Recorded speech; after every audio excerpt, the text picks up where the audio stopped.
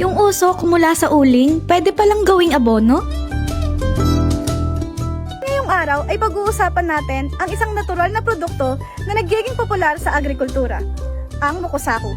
Aalamin natin kung ano ito, paano ito ginagawa, at paano ito nakakatulong sa mga magsasaka.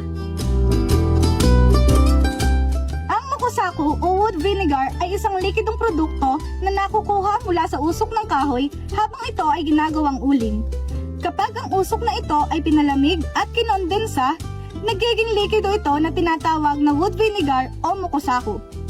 Ginagamit ang mokosaku sa agrikultura bilang natural na pangkontrol ng peste, pampabuti ng lupa at pampalakas ng halaman.